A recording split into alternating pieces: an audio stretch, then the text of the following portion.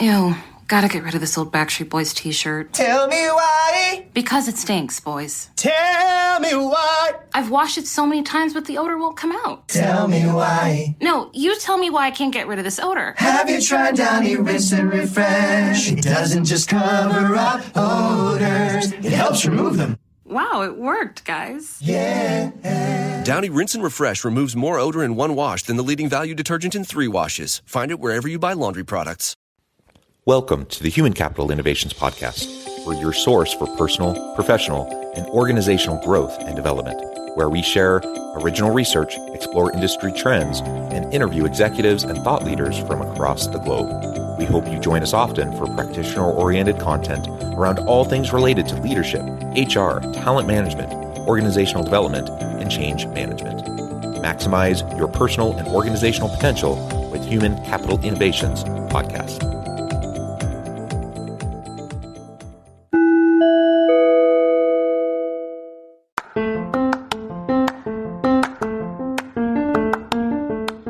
If you enjoy the Human Capital Innovations Podcast, enjoy ad-free listening by going to the Patreon page, and please consider contributing even at the producer or sponsorship level. And please leave a review. Thank you for your support.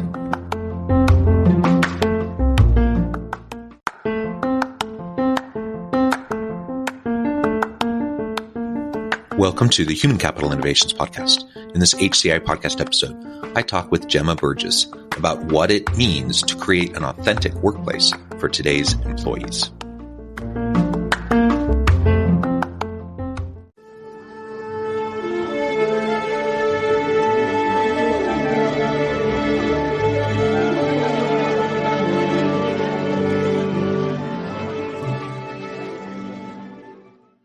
Gemma Burgess, welcome to the Human Capital Innovations Podcast. Thank you for having me. It is a pleasure to be with you today. I'm super excited to have a nice conversation. We're going to be discussing what it means to create an authentic workplace for today's employees. I'm south of Salt Lake City. Where are you joining us from today, Gemma? Chicago, downtown Chicago today in a very empty office. Yeah. I love Chicago, and downtown is beautiful. So I'm a little envious. As we get started, I just wanted to share Gemma's bio with everybody. Gemma Burgess is Chief Executive Officer of Ferguson Partners and leads Ferguson Partners Global Business. Based in the firm's New York office, Gemma is actively involved in the firm's executive and board search practice and works closely with private equity, investment management, real estate investment trust, structured finance, hedge fund, and investment banking clients. A huge advocate for diversity across the industry, Gemma has consistently placed gender diverse candidates at a rate of 50%. No easy task within an industry that was slow to take on the initiative. A regular speaker and writer on the topic, she is now turning her attentions to the Ethnic Diversity Challenge. Relocated from the London office more than 8 years ago, Gemma possesses a deep understanding of the international markets and the global flow of both institutional and non-institutional capital in the real estate industry. Prior to joining Ferguson Partners in 2007, she spent 2 years at Hanson Green working on non-executive appointments and 2 years at Ramsey Hall working as a generalist within executive search. What a tremendous background. A pleasure again to have you. Anything else you would like to share with me or my listeners before we dive on into the conversation?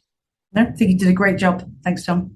Okay, well, wonderful. So let's start with framing up the topic for today. We're going to be discussing what it means to create an authentic workplace for today's employees. And perhaps we should start by talking about authentic, what we mean by authentic and why that is important to people today. Yeah, and it's a term that seems to be in more regular vocab and dialogue these days, which is great to hear.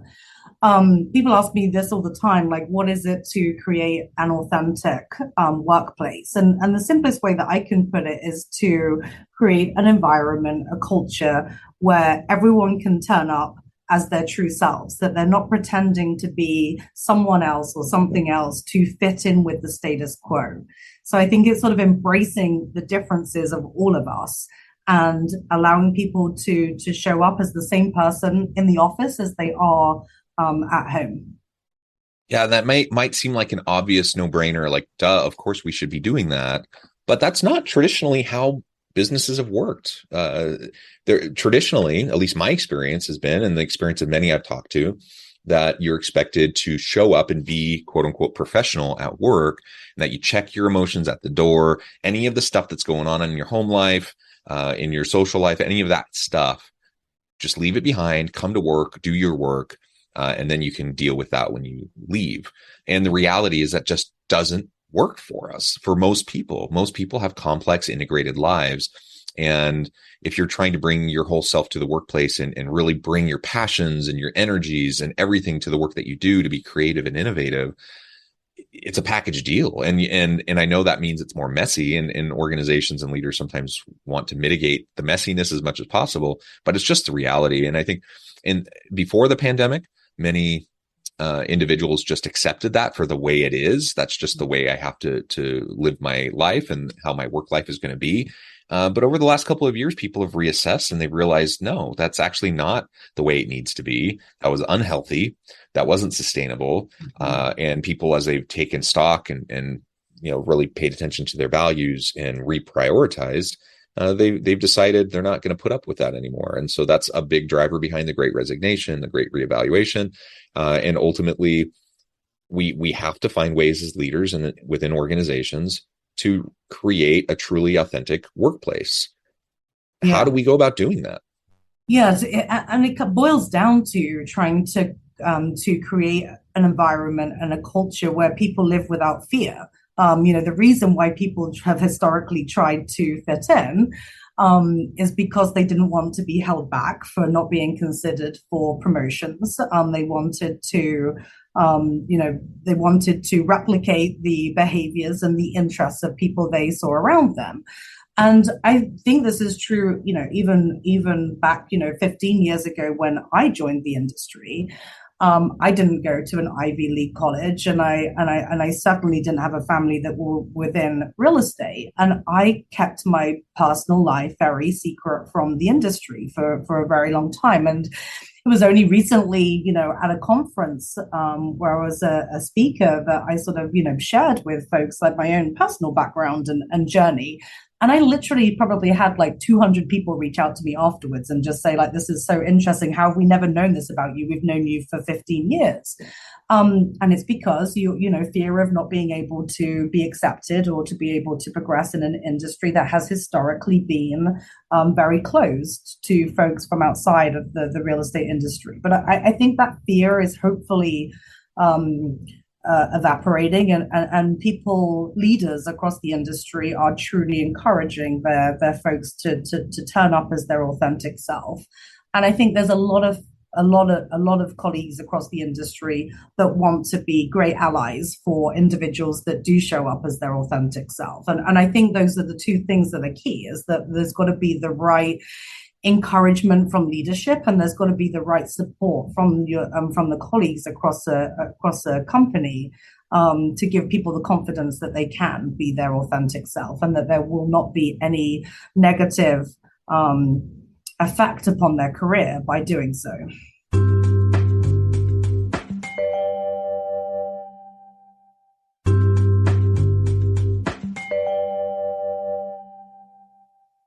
Yeah. That's a tricky thing. I'm a straight cisgender white dude. And so I got the layers of privilege in my favor when it comes to just navigating career development and growth. But you think about how you're going to navigate if you're a female or a woman of color, or, someone who identifies as LGBTQIA plus, or whatever the category is. And all of a sudden it becomes infinitely more complex and challenging. And I think about, I have a large family. I have 6 children.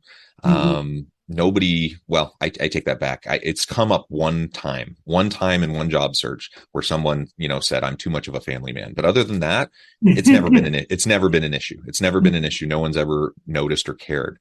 But I guarantee you it's come up for my wife. And as she's tried to navigate, and so people, you either set up this dynamic where people have to hide who they are and key aspects of their life, or you create an environment where everyone is needed, wanted, valued, given the opportunity to contribute, to bring their whole selves to work. and we value the differences among us, and we recognize how that's going to drive better thinking and innovation in our teams. And that's just one little example, right? But there's just so many of those around us. And so we have, like you said, we have to create that safe space. And, I think a lot about psychological safety in the workplace and how we go about establishing that. And it really does come back to vulnerability and authenticity. If we don't have an atmosphere where people can be appropriately vulnerable with each other, where they can be authentic, there's not going to be trust that's built over time. And people are going to put on a mask when they show up to work. And that's just the way it is.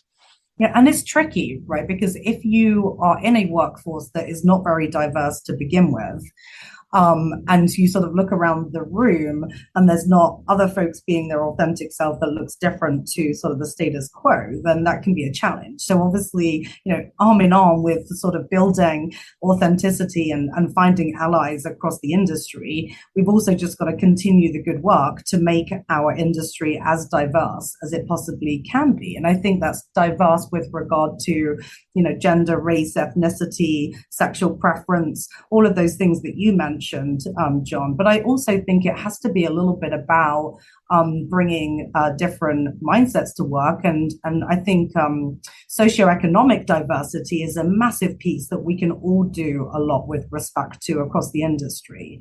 Hiring out of community colleges, setting up internships with local community colleges, like getting the real estate industry out to folks that have never thought of it, heard of it, I think is a big piece of this for us as an industry, to build a pipeline of people that are Black and brown, but also of folks that don't know what it's like to grow up with money in the bank and security over their heads. And to me, this is a big piece that I think will hopefully continue to be a conversation in the boardrooms of our industry, because I think it's important to add socioeconomic diversity as well as all of the other pieces that we've been talking about.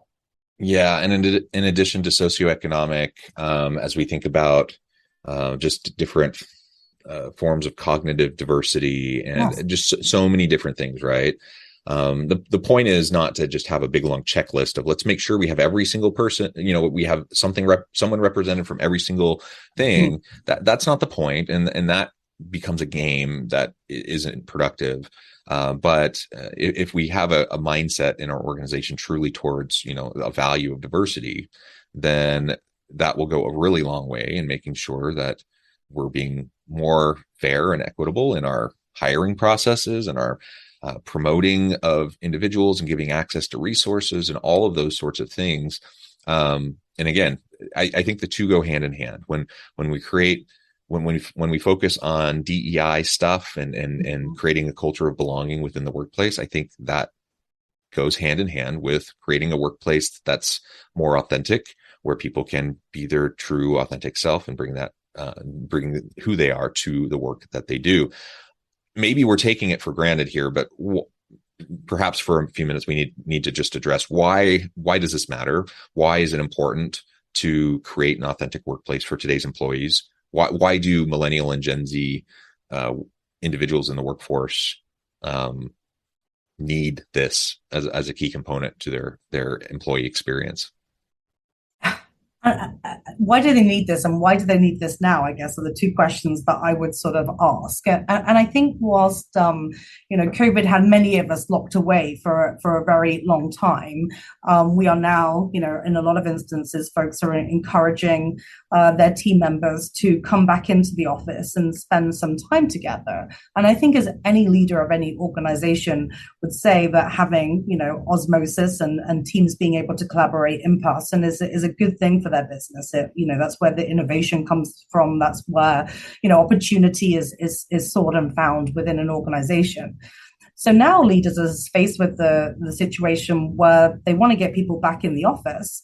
And therefore they've got to make the office an enjoyable place to be. And I think that want and need for people to enjoy being in the office and enjoy spending time with their colleagues, right now after COVID, means that now is a good time, if you haven't done this already, that it's something that will be important to ensure that you can, have folks wanting to be in the office and be together. So that's one piece of it. The timing piece of it, it feels like it's sort of critical now, kind of post-COVID, or can we say post-COVID these days? I'm not quite sure, but at least kind of, post vaccinations and folks being willing and able to be back in the office together. I think the bigger picture of like, why is it important? Is I truly don't think that we can solve the DE&I issues across our industry unless we first of all solve for authenticity and finding allies across the industry, because it doesn't matter how great you are at recruiting. If you can find diverse folks that can join your organization, that's great. But bigger than that is they've got to really embrace the company, embrace the culture, kind of want to be there. And if you don't encourage the authentic self piece, then ultimately they're probably never going to be that happy. Like, we all know what it's like when you're, putting on that mask every day, and it's exhausting for folks when you've got to not only think about getting your job done, but remembering how to, correct an accent or pronounce something in the right way, or not talk about what you're doing over the weekend because of fear of how that will affect your future career.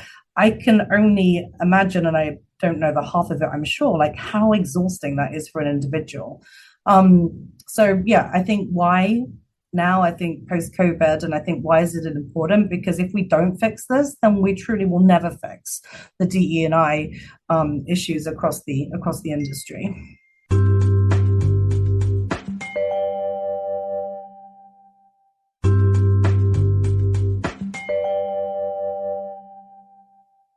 Yeah, and I really think that younger people entering the workforce or who are early in their career, they just demand this kind of an environment.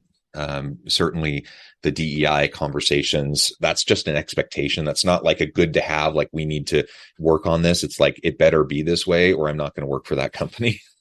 And in terms of the authenticity, people, younger people, they're not, I'm generalizing here, of course, but generally speaking, younger people aren't willing to hide their tattoos. They're not willing to, mask their sexuality or their gender expression. They're not willing to do those things. Like, they want to be able to just be who they are and show up to work and then do the work, like do a good work and do a good job and develop themselves, get coached, get mentored, get the training, get the upskilling needed so they can be successful. They want to show up and do the work.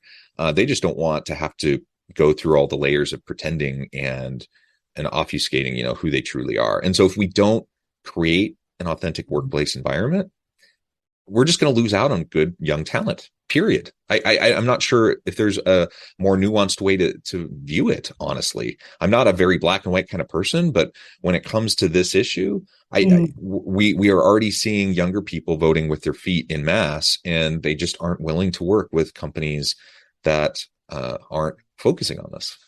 It's so true. Motivations, values, and preferences are very different today, or for the younger generations, than it has been historically. I think a lot of folks would say they'd much prefer to earn a few less dollars and work at a place where their values and preferences and motivations align with the people around them. And therefore, if you as a leadership team or as an organization, if you are not taking your corporate responsibilities very seriously, and that can be sort of outreach into the local community, that can be donations to charities, it can be any of those things. But if someone doesn't see that there, then they either won't join your company or they'll leave your company.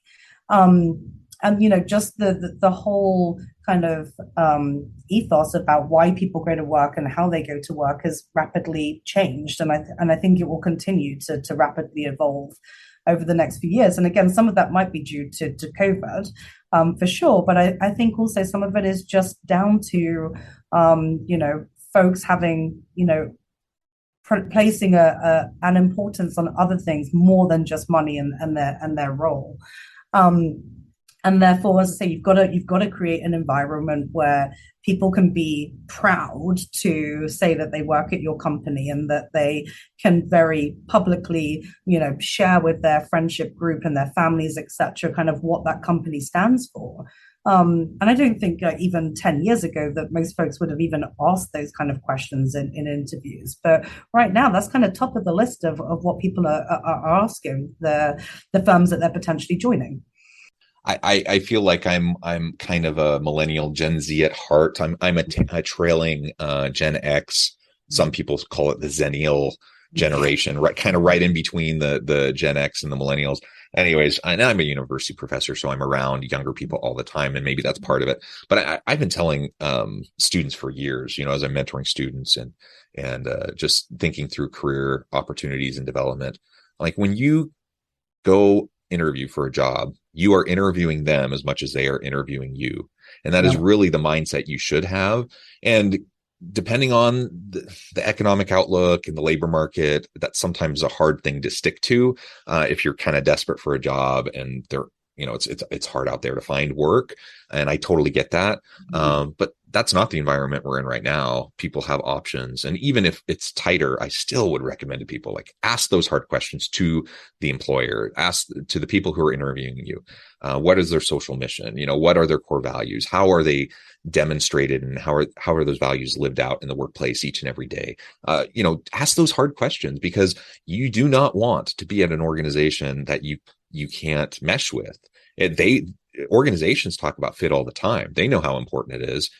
Same thing goes for you, especially early on in your career. If you want to be on a good trajectory and be able to develop yourself, you need to be at a place where you can actually thrive. And more, because of shifting priorities and values of younger people, that kind of the traditional old model organization isn't necessarily the place where they see themselves thriving. And so we either, as organizational leaders, we either need to figure out a way to develop these cultures and environments, the employee experience that is conducive, or we're going to pay the price. Well, Gemma, this has just been a really great conversation. I know at the time I'm going to have to let you go here in just a minute. But before we wrap things up for today, I wanted to give you a chance to share with my audience how they can connect with you, find out more about your work, and then give us a final word on the topic for today.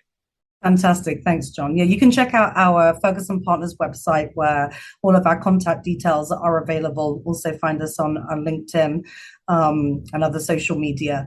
I guess my final sort of words on this topic is it's kind of okay for firms to throw up their hands here and say they've done a terrible job at this in the past. I think it's okay to ask for help as to how to navigate through some of these topics that might be newer to an organization. I think what's really key is that you communicate what you're doing with your employees and that you have a very open dialogue about it, like measure it, get some metrics, get some stats, and then, redo that again on an annual basis. Like, be very public about where you are failing and where there's still opportunity to improve, and what small wins that you've got, like celebrate those small wins together.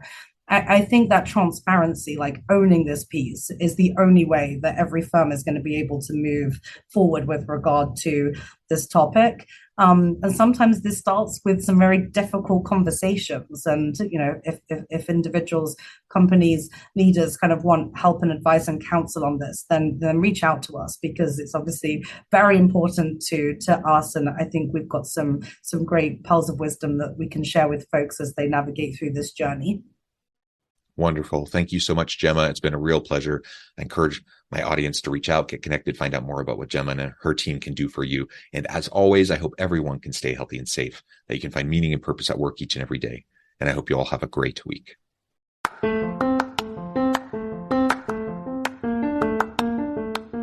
you enjoy the Human Capital Innovations podcast? Enjoy ad-free listening by going to the Patreon page. And please consider contributing even at the producer or sponsorship level. And please leave a review. Thank you for your support.